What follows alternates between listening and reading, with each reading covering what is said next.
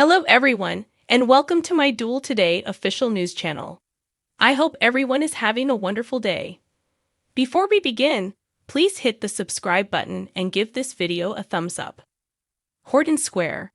Before bringing up his business proposition, Chad phones Gwen in Alemania in an attempt to soften her.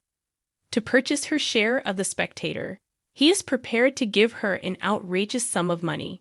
Gwen says she doesn't want to injure Jack anymore, so she's not quite ready to unload the paper. Chad believes Jack will accept his purchasing it. He continues by explaining that the new editor-in-chief is Stephanie's ex and why he bothers him. Chad asks if they can work things out, and she understands his point. Gwen reveals that she has read Everett's piece regarding Lady Whistleblower. Although she was put off by the subject, she believes he is a talented writer. She offers to sell her share if he makes her a decent deal. Brady Pub. Everett and Stephanie are discussing their horrible past of ghosting one another and how it affects their current relationship. She provides some background on her brief romance with Alex. She wonders why he's so interested in her ex-boyfriends as he continues to dig. Everett claims he's just curious about her activities since their breakup. Stephanie claims that the only reason she became involved with Alex was because he vanished. Is that accurate?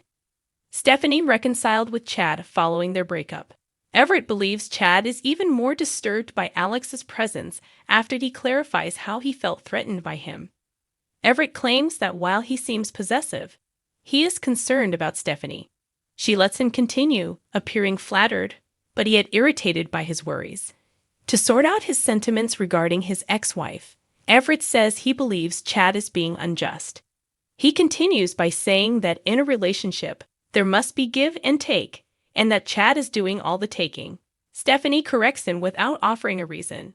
Just as Chad walks in, Stephanie continues, saying he's only seen the negative aspects of Chad and doesn't know any of the positive ones. Titan.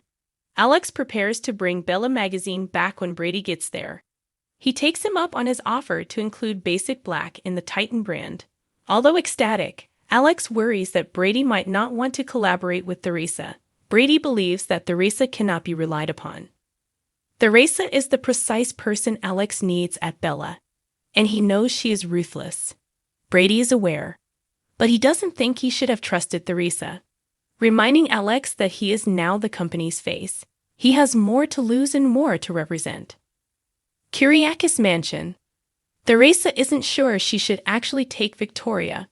She doesn't even know where she would take her. Alex is on Konstantin's fast dial, and he promises to call him right away to ruin her final plan. Sarah appears to have Konstantin's number, so he has to win her over. He insists it's none of her business, but she doesn't understand. Maggie enters the room just as Theresa clutches the infant. Maggie cannot see who she is since she has her back to her. Maggie stops as she sees Konstantin on the ground, appearing to be knocked out. For those who are not familiar with the show, Theresa previously used the same fire poker to knock out John Black. She walks to Konstantin and yells that her granddaughter is being taken, but she doesn't follow the kid or report them to the police. Pretending to be disturbed by the kidnapping, Konstantin dashes outside and yells at Maggie to contact the police. University Hospital. Brady's summons as a witness infuriates Xander. She promises to use all of her resources to keep her kids safe.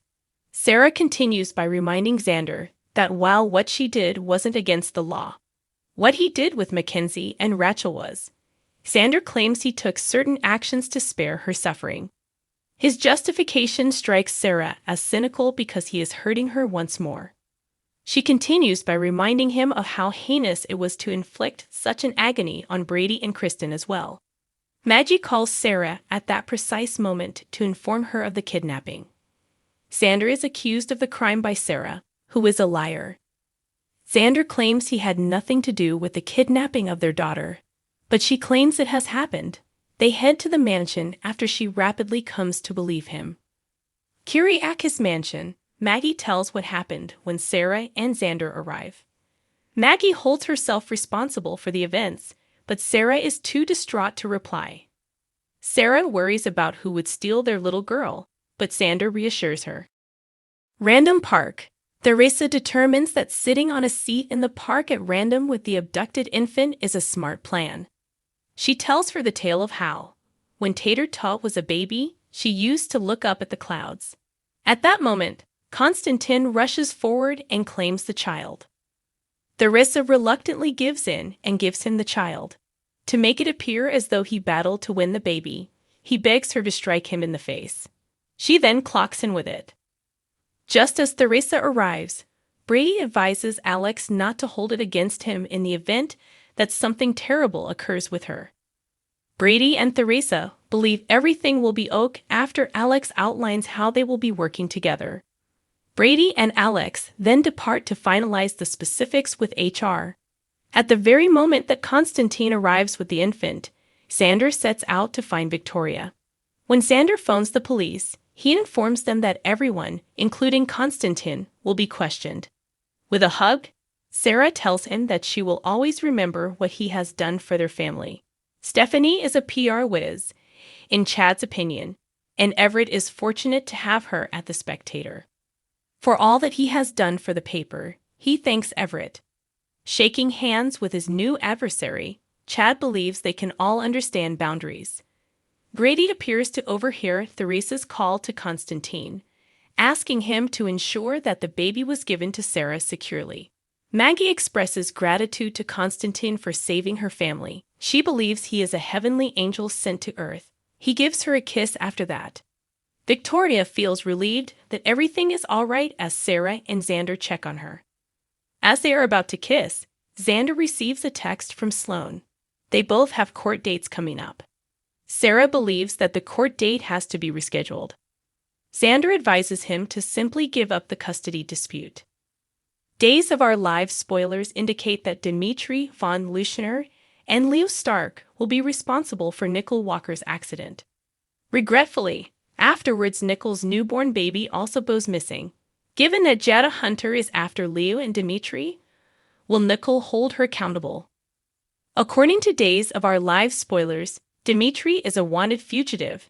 Therefore, he and Leo are attempting to flee.